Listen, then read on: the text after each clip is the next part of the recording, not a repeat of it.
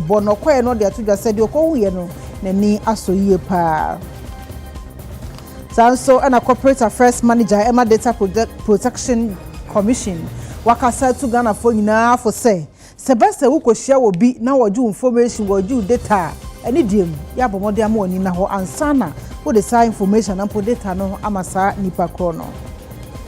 Dr. Richmond etu ahene oye banking consultant opanya kasa ma odi atuja say yesi afibi mu na aban ayese wodi sika ewura bibi mu bebre wo spendi bebra wo se eno no manema boye den e ma sabi yensiri na ho odin kofom e ma abrofo esika no eno mu epeja e mebedi ye de no so ekan Asankran Adomase MA Basic School eno ewo Emenfi West Kopomu Western Region atoye mantem suku impa for the ato aban ni say ni de ma da wontere won say e mebi nso omo so san say wo mu ehia emwa pa awsanfo we ani ensabia ebi eka na editie na edihwe ene aso no so krogia ye de ebramo e wo UTV so e wo enkran abeka junction Midday ade afia editumwa mrosa me ena awie from Tibreka sebono Midday ebramo afi emu ensem enie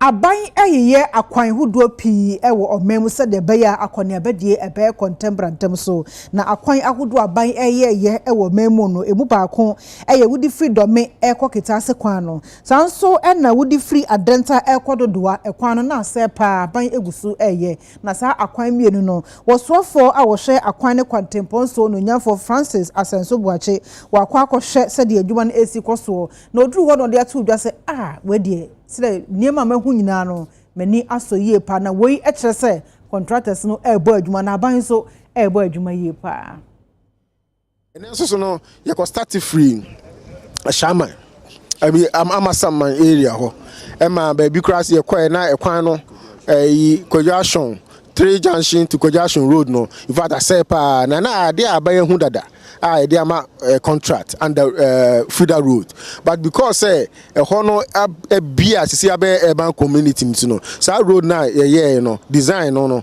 it didn't suit the current needs and demands, and you know, my director said immediately you move our road no and call urban roads, so the urban roads but me a proper design to meet the current dynamics in the area. Now it quickly no you be home procurement very soon our contractor outside na bridge bi ho bridge na nipa faso pa na so no so asay over densu so asay your bridge maintenance unit ma catch them say e kira omonko enko me assessment ni ehu the kind of intervention e betimi aye no ho you free ho no na e bad domi kwabenya and also another check bridge or Krobi or from Taifa to Ofanko road no bridge or before that no na it says nipa dia bobo or pa it's in bridge into no kono be ye road no so aka ho let's say create a very good asset and mobility for all them you free ho no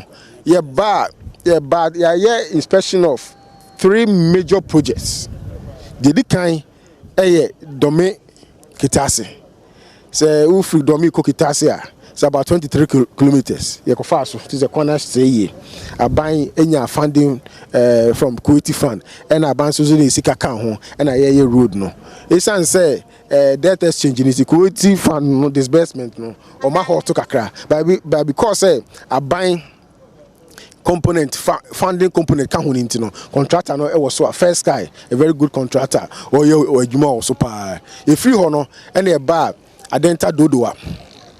Denta Dodoa is 22 kilometers of road. Very important road. Yena yatina say ya ona ya fa kwan so no. E duru anopa ene anumre a amafo kwa adwuma ne amafo furu adwuma ba no. Traffic e wo ho no onitua. Edutwom. Bumper to bumper traffic.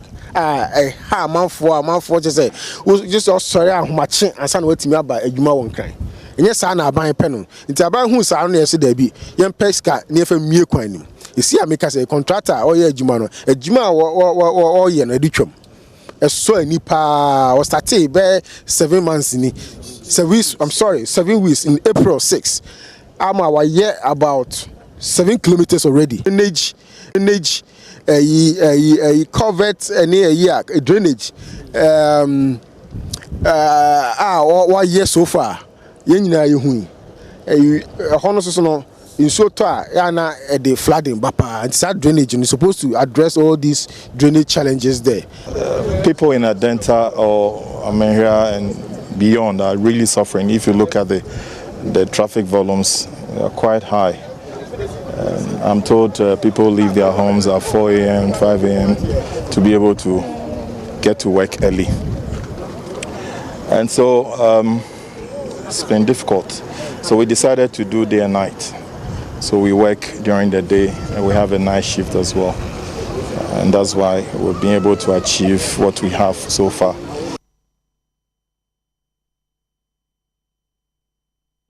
Krowa mrashibedwani Dr. Agnes na Momolate wakasa amemu no de atudwa say aban aisika 1 million Ghana cedis se akwan hodo wo Ghana hase ya sebi atetia pansam no yemfa binsiesie na miahodo nso wo so mo de kwan to nso onfa sa sika kro ya bi enye enu nti wo se de ebesiesie no krowo wo mo akwan hodo no eka ho enu nti no wagina so de ato na de hye nim se wo bia num suo entwe wo pesan se enche wo mo kwan ahodo a sebi enkoyie no aban ebehwe asiesi ediama won Kenya kwe in government be power shinke no efeko excuse dan e ba na ke shinke man bi won ya won ba ke truck suspense po ni sana sai kwe oba chamlu alo ayi abo amoko e oba chamlu ni wonye wo fio na kan ni biye NDC enme kokro wo he wo ke kwa ke shi wo opposition ke bale health sector oba na he wale na mo kote polyclinic oba na second phase ima nature roofing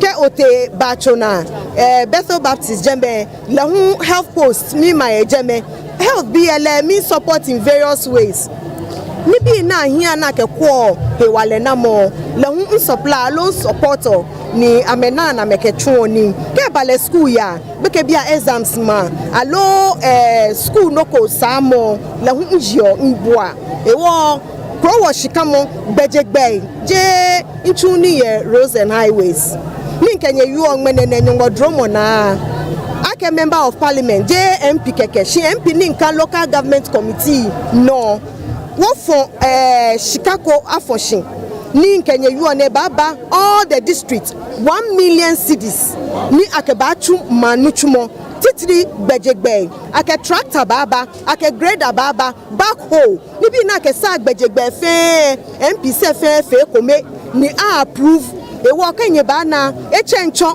ke krowo ni ne shekwe no krowo ni ne ba she ne no ne ba na sa bejegbe je mokokotoku mishka kemi mi fe ni nkotoku mishka tomono ni fio e lawene ma anye na ke nkotoku mishka ni kenye bote efia ye nye ba na keshi je shikani ya koke je government no shene 1 million akeba wa tractor hiemo boni imbeko alombi biomi mponi nye yonye buami solemo ngawo ke hewale wo ke wo ba power 7 December yo wa ba chonye fenye no neke ba fe John Hami ke His Excellency John Dramani Mahama ke wo ba power nye ba na keshi no ni ntwi your opposition e po bibio ni wo ba chuleke mi je mo ba ta lakabo twi meke agrobe so a every anopa ke mo ko ye no ko papa fe mo emen ne ba ye MP na ne ba fe mo ko akala kanye 4 years 8 years egbejeke wo fo na kan gba ko ni nye na pin mo mi ni wo yo ke mo ko ni kun e ba bi mboni ngme na e bi boni e sano na ke mam ye wa je ne ke bia mi ake fi oweku je ne ke bia mi na ke tash na ka ake o wa try me no wo kwe want our experience many here ko down John Mama in your experience being a president Agnes na Momolate in your experience being a member of parliament je member of parliament keke shi moni woni ewu ye parliament moni woni edamo shi na fa akro wo yi e wonya wo fie kombe akasidi akabala kanye nakano ye to akase bono eso Corporate Affairs Manager Emma Data Protection Commission Pel Jechi wakasa memu no de atoga na fo nyina ni se udi information ampo wo data Emma obi a ya hweye pa esanse ne abonefosam eni nipa bonefo adoso ye pa enu ntino so udi data ana information Emma obi ne wanye ahweye kakra bia woni betie no na sabi wona nyina da egu abonten ya pese ye kan say data or personal data very important. What you to say within age, Ghana card number. Bibia yebetumi say ye deboma yebetumi de akere say eyewo.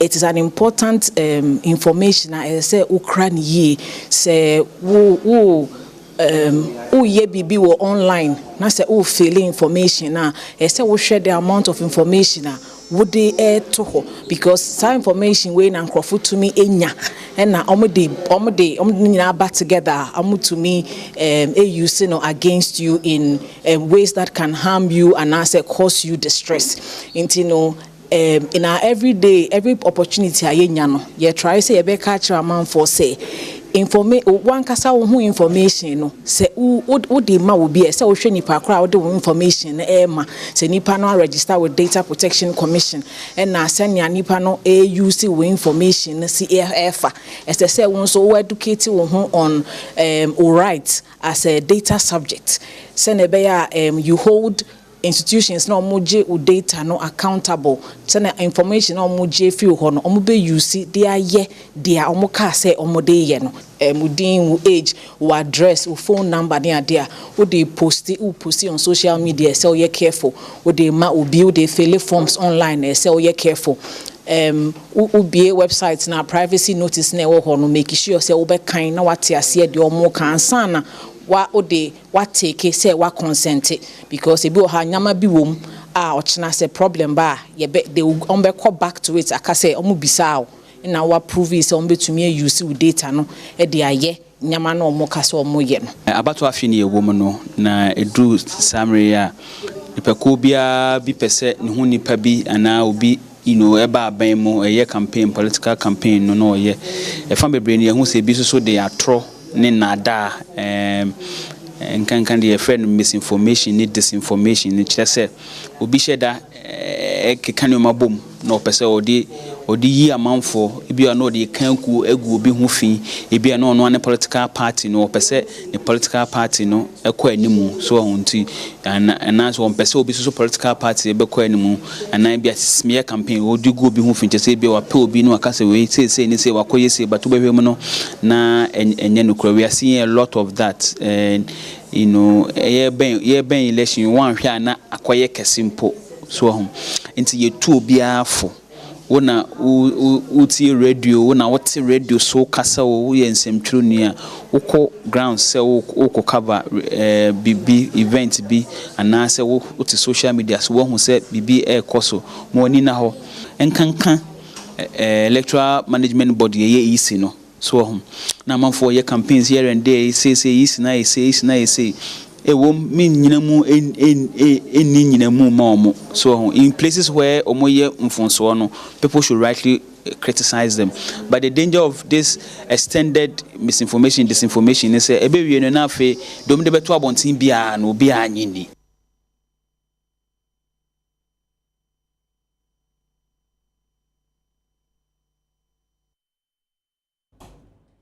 wonia eyetire esiesie nipa ho Ghana Hairdressers and Beauticians Association womu conference toso enson akoso Tamale no eno to nsa Secretary General Emma Industrial and Commercial Workers Union Emma wodne no nyam ekota etire no koye no so kasaye na mu no eno bo mabaso ye pass womu nam wadwuma den so eboa momansi kasam akoso wode no eto nchen a womu san so aboa nipadodo no atitu emayiwa no ama wonum enya ensa no dwuma obetumi dia bobra dachin. We would humbly like to appeal to the government through the metropolitan, municipal and district assemblies to create a congenial work environment for GABA operatives to end the practice of young profession and also be elected government functionaries, government aspirants, government appointees must be measured and the tax assessment for them so as to help them stay in business. I want to emphasize that most of the time you find the district assemblies, the metropolitan assemblies, carrying out their exercises and they ransack and displace Gaba, operatives, remove their kiosks and their saloons and all that. This must stop today. With the unemployment situation in our country, and we are yet to bring a deliberate policy to deal with the unemployment situation. And we have our women, Gaba operatives, trying to also help, and they are being displaced. It is unfair. It is the right of every Ghanaian to have a job. So Gaba is doing very well, and government together among Gaba, and instead of doing something that is intended to displace Gaba. And we as a national union, we are not going to stand firm and open our eyes and make sure that this comes to the end, today.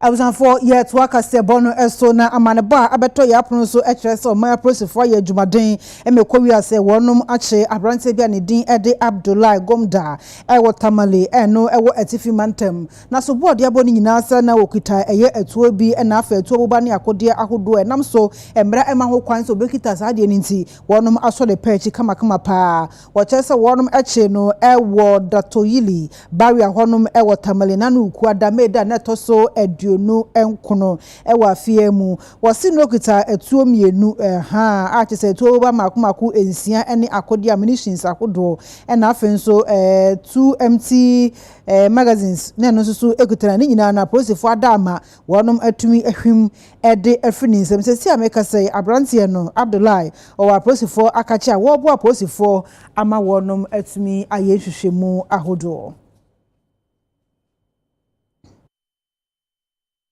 Dr. Richmond etuwa hine aye banking consultants no panyi akasa dia to dwasa fibiedu na saban na adwen so de sike mu odu ewura enema bebremu chese was spendi bebra eno no ya na emanema bo okosoro manema bo okoso papa pekoba ne sanso a na ye sika ye de eye siri no na hoode no akofom na abrofu sika foreign currency no na enumom na emu apeja was 2020 ekopim 2023 say ebi asi enam so ama enema bo aye dimpo no entumi ente enfamafom.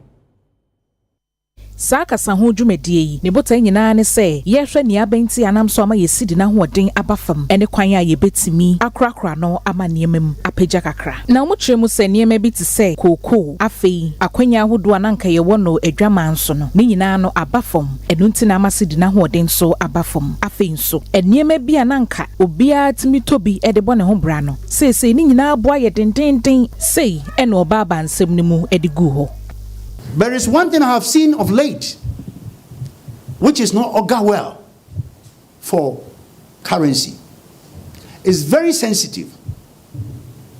If you want to control black market, you don't say don't put your rates. The people already deal in over the bar. If you are bought from them, they don't even tell you. You call them and they come and give the money to you. So if immediately you say you don't have comparative prices, what do? Then they are in the field for day.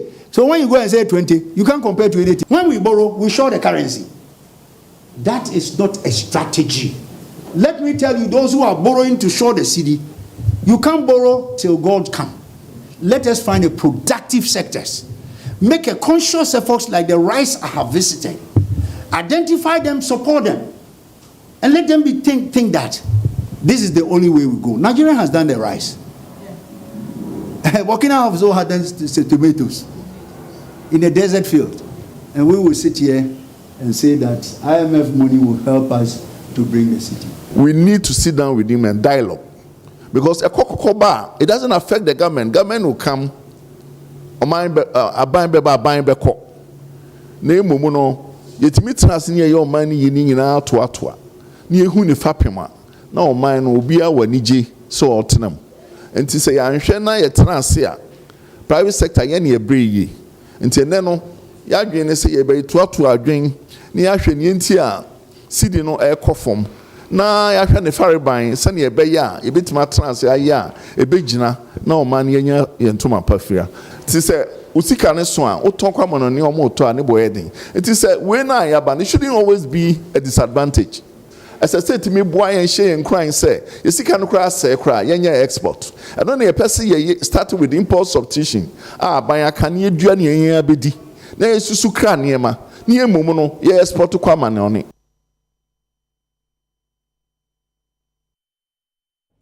NDC amanyoko ne fan ewo efinfin mantam central region wonu madinsa kantam se kwan bia so nya de a wonu betena se achi wonsa egu ombo ayehwehan ama amanyoko foforo bi asesa enkrofo a wonum emfiri awutu senya honom aba awutu senya se wonum emetwere wondin na waso omanya ntie se MPP fo womu ebopo pese womu sesa nkrofo kotwere wondin wa awutu senya se de be ya mahye bedwa aba no wombeto ede ama MPP parliamentary candidate ne no anom de atodwa se twiya ebi ensi womma no enkoso kra no nti yensem twene Jacob Kubi asemi also entwaso NDC amanyoko no ede ababe tudwa omosi de omahununi se eye NPP fo ayomadwene se ombenya abatuo ni mu mabe 5000 every adehia omomfre wutu senya west e wonfinfin mantemu hono enti de omopese omoye ne se adesuafo mo wontoaso suku mu ahodo ombekwa akoso mu nyina ba no mababe to aba ni bum ede ama wo mu omokyeremu se Ideal College kura eyo target baako na sa Ideal College kane panya no wo so NPP fo sikasem so e wonfinfin mantemu hono Joseph Kwabna Esibu ono na Ideal College eye ne de nunti omo ba be fa ne so e de na disuafo na ba be to aba ma wo mo no si we ya MPP 4 pese omo ye yina ne se on pese ora Eugene Kofi Bentum ahi bonyam rahye bedwafi akonya no e wawutu senya west honom edunti omo de kokobo soronko akwa ma MPP amanyoku no e sign de futu ama awofo se hwa no ma omo ma no ama wo mo ho kwan ama MPP 4 afọ omo anya ne omo pe esan tumi bi omo printi sei e no mo de nsem ni nyina atodwa fai obi biala wa na adwen de Oba transfer the vote abaha onto Kromahano. Kofo ya catch one. We shall apply all the need to resist. Yeah, but 5247. Ya prepare fully. What try? You try. What two? You two. They blow. You blow. Ya catch MPP. A Wutu Senya, it's a traditional constituency. We know how we do our own things. Ya impeda from now the peace and tranquility that we enjoy in this constituency, our boy hand, yeah, catch one. Say, yeah, sure that in few constituency, comfort, tell baby, a young ta, a young tria. We shall not allow any monkey to pass through. Yama, me one of his allow she can't about penny anymore. And say, yes, 7 warning, the mamma for that 1 year. So be missing, or be the scammer, or be ban on your plan. Obi ba be promise you loan, obi ba be promise you road. Wo ukrum a onyi a wotu senya west ya na okacho de bra be transfer vote. Me se tonfo. E na ochine bi me blame NDC fo. Transfer vote na fa bra wotu senya west ya. Me nua reha ho o sanda yen NDC fo. Yen tena se na obi a onfi ha. Onkoji sika na on transfer vote mba ha. Na mba meyi obi a yen pe no mman. Ma ye ka cha manfo ne de. Se wo ho ato yirefo. To nuafo. To bafo. To kunufo there so nyimda omfi awutu senya west ya mo ndi obi nechi na ya na adwen de oba be transfer ni vote aba o sande awutu senya west NDC yem pene ndem pene ochina revolution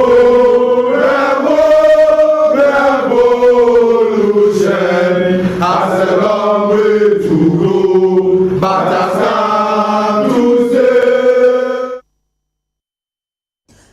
for yet wakase bono eso wakum enipa mienu ewo epoye mantem kro a watudi maame krobo eno no eben donko krom na no na aposifo ede atodwa se ehwehwemu a wonom eye na wodi achi nipa bonefo a wonom hyesa awudi sami ase no wonom emiamu ye papa pase de beya eja wobetumi ye atu ye amasa abonefo sam bebrebe ekoso wo memu no ni na watumi ede asi anokwan prekope enam so amoma procedure kondi atodwa se wo the specialized investigative team akogu maame krobokro ni mu a omokoboa Eastern North Regional Police for no amasa hwehwemu yi wono matumi aye tentem kwa na saafo na omudi sa ewuo no yetumi aso omopachi na osisa specialized investigative team no ye fa one every process ahwe kese police headquarters a chese wosi ebi aye crime scene expert homicide investigators and afe aye undercover officers wonom na ekoboa masa hwehwemu emu odunu atumi akoso na process for chese say wɔn ne abusuafo a wɔn ade hye yekum wɔn no edin sa wo so ebra no se de beya wɔn so betumi aboa ma san hwehwemu no nyina no etumi akoso ententempa na no enode ato ade hye a wɔn bo ma me krobokro ne mu enim say aposifo de so muduro waboboa no a eye asumdue pepepe yo ne bambo emu odu no mode ba no ntino wo bia emka ne kuma nto ne yam na bia akɔ adwuma na upie ya no wo aposifo no agibum da bi wo so mode asumdue no mode nam wɔn beboa ma asumdue ni security bambo emu odu akoso no ntino se wo pie ku adwuma na afu adwuma ba no woni po aposifo bebrebe nim wo ma me krobokro ne mu a menjibum menwane omumum ena ombehwe na omabo mo ho eban na sa ensemi Mami Grace Ansa Akrofi, Assistant Commissioner of Police, Director Public Affairs and a day aba abontia wode nsa ashase atubi amane samtro fama yenso yensa etumi akambiye.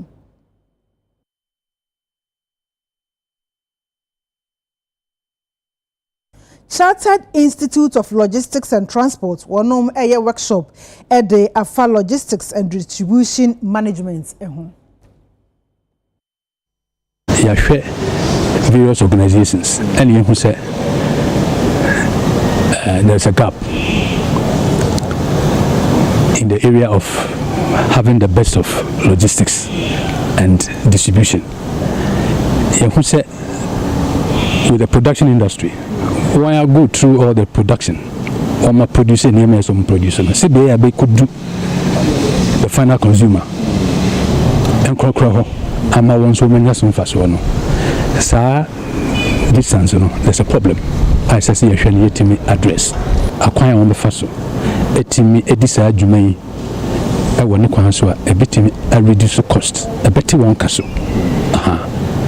And say a year and a man within in a big boom. We were moving in at the same time. Air caught different places. All these techniques, sir, at the church and I know you do a baby my bachelor. Because you say in development of every country, it depending on logistics, yes, and distribution movement. As I say, there is a bill in Parliament which is called the electric bill, the electric vehicle bill.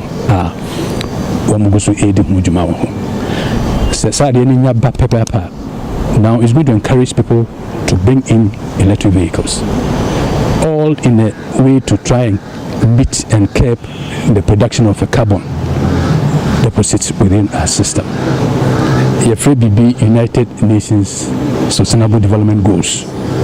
Sa goals in the church say, I might be amba modern say, obitimi putting some strategies here. We reduce the carbon into the ozone because you be a benya and so ama you see yetimi. And one thing I need to share about say, one person with the electric vehicles, but in order to encourage them, on reduce the tax component on it, and that has been done. Yes, in fact, the government did that in his last pronouncement.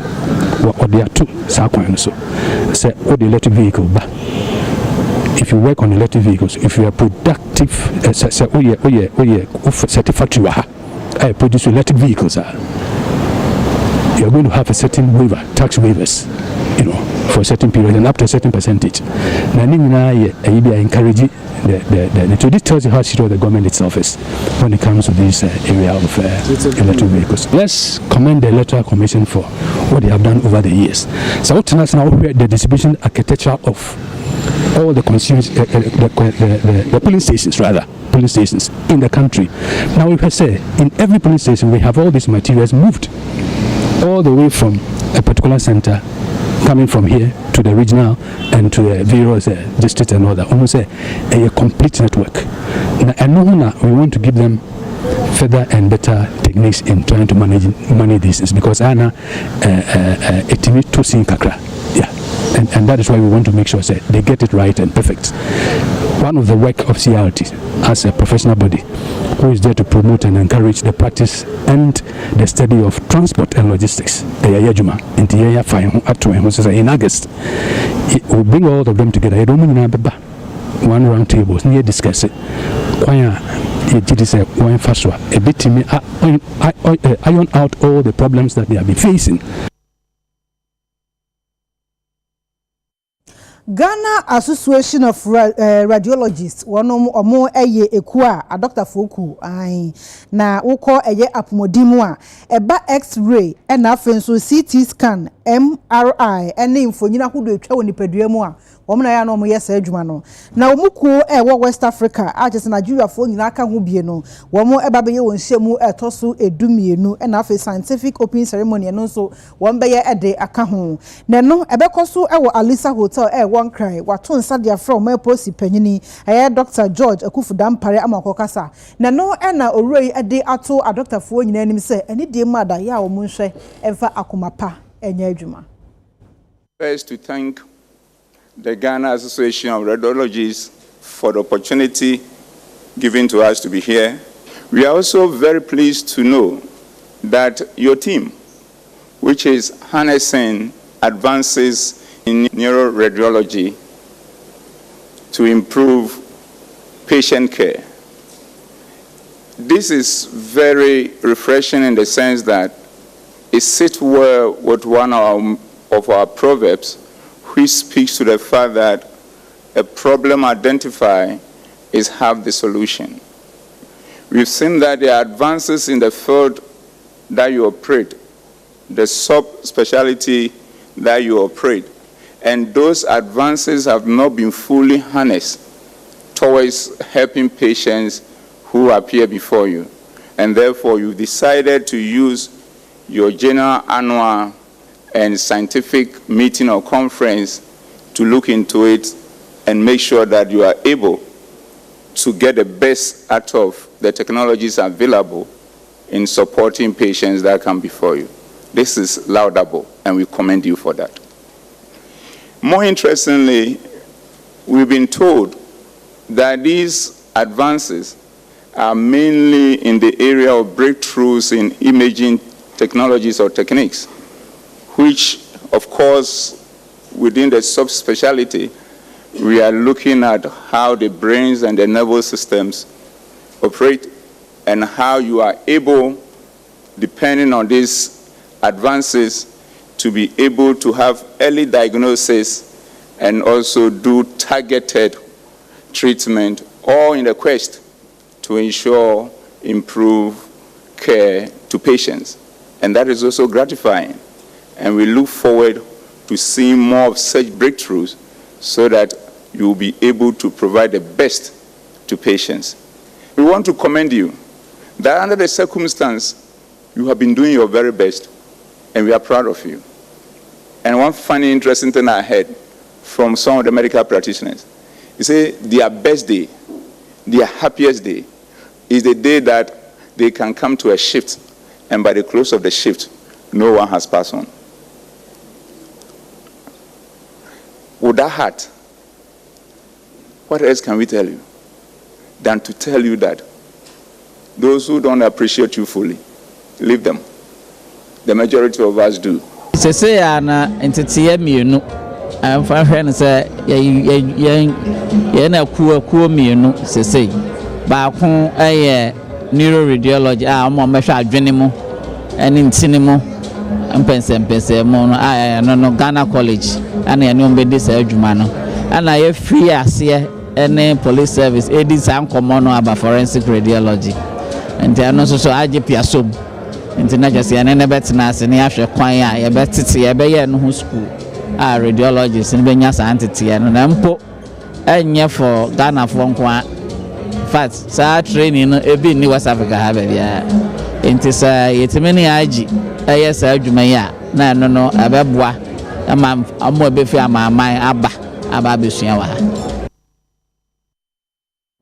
Empempi no se ema binum efa efura wo mu etumi nyanyare wahodo infections ahodo obu akura mpa aduru so se wo wo no behwe no na wo kwakonya infection bi wa wo ni mu obu onso a wo wi a honum enokonya infections se basa ya na emoa abodoma no ene obatan ni nyina da ewo mapomoden efemu na no na Ghana Health Service wonom ene program for appropriate technology aka aboma wo ye conference na watu adwen ade afa kwampa obefa so aboa ema tituru apemfo ewa abra wo mu enyem na wonkofa infections anaponyare wahodo bi enkoka wonom eha ho abatan apemfuo chichiru ya wokwa woso a wonsan mafie ebi wo hoso a na oba na bafie na ne ba ama no nyina kwa akogina infections ahodo ya na ewo ema no wonom awudie mu anase ete wonom ase wosi nyade ni bi etese syphilis HIV afei ya junso twa ho chimato ya na eba de friend say UTI no ni nyina ya niema bi a wo chemu a ha dwen papa paye enti Ghana Health Service any part akon ho abomu kanene efre wo mu program for appropriate technology wonom akon ho abomu ahwe kwan obefa so no obeko atia saa infections ahodo a ematan no apemfo no enya na enam so mankwada no efiri mu doctor patient coffee any UTV nsentwofo ekasa ye ba Ghana adwuma ye beye titru nyina ye maternal and newborn care say ye behwe na ye improve care no ye reduce mortality and morbidity and say deaths any sicknesses around maternal and newborn care.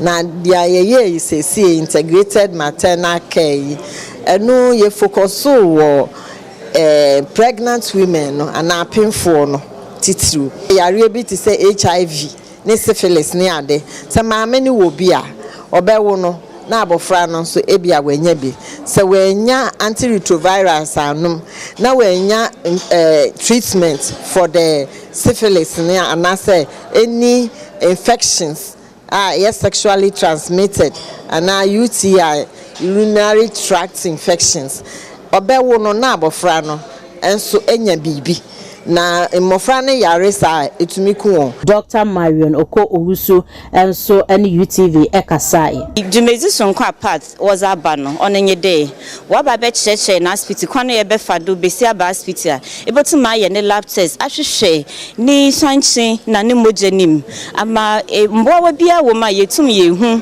ya we hu lab ho no na that onyi na hwe report na wa ma no ho eduru a obotum wa so mbo wa na no na no ho aton anso ho regional director Edema Bunu Mantam no Bunu East Mantam Dr. Fred Amwakoboaten enso so editu dwase so wo hwe apemfo aye be wo no a 8.6% apemfo no eye anadodo no a wo behwe no na de broni fe ne say infection ebi wo no ho ni nyina ye nimu a ya wo no enimu ntia. We were able to pick Obroni Beka say 8.6%. Young fans offer any per 1,000. You were able to pick 86. Commoning some more infection. But as time no cost no, baby are no more by ANC. So say only my oba ANC. You who says a normal no infection a call form a 3.6. And just say one, say omo as early as possible. Na you treat you omo. Two, no more education na. Omo any sign call any no. Sa yare mwa ya de yare ebre mami foi ebenya so effect of mame neba no nyina no ye reduce and then one major thing ye hu our research no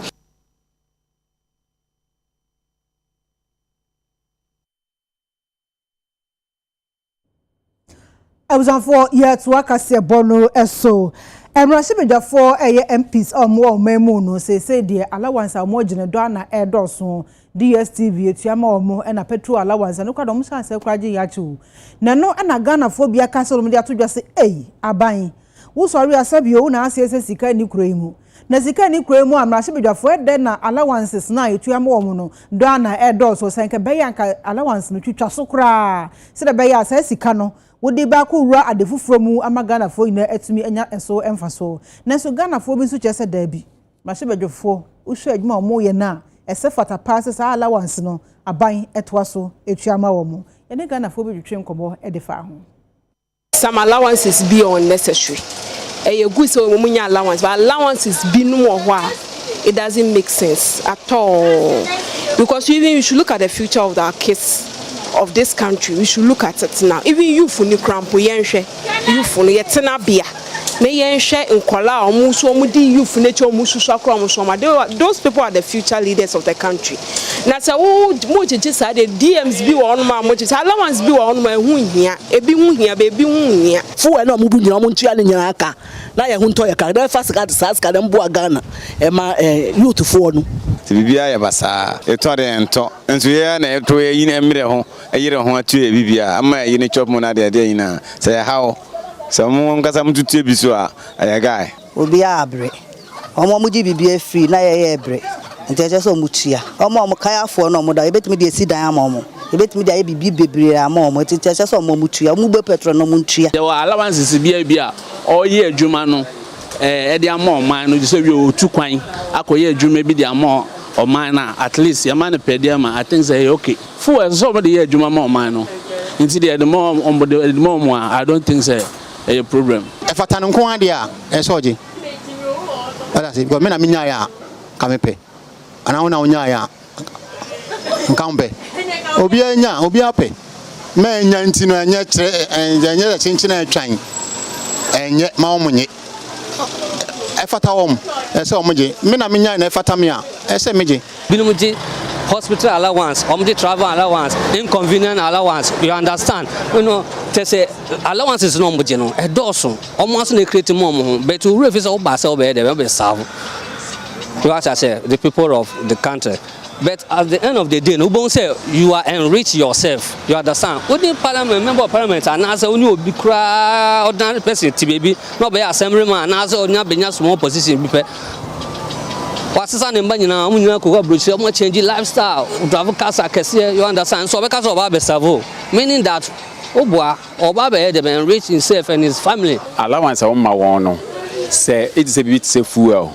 Fuel ni de me so me dwen ho say wo nya wo ma won efa ti say nyema kitenkitin bi a wo hwa me hu say emwo MPC na bia na ono no otu kwan okoda hotel bi say ono akata say ono atua no nti bi fa mo man say waturu ho esi wo so person bo man ni dia say sa na so no so ye den oye if say MPC no yan de to abama won so me ye adwuma mai na so nye bibia na say won a say de ma won.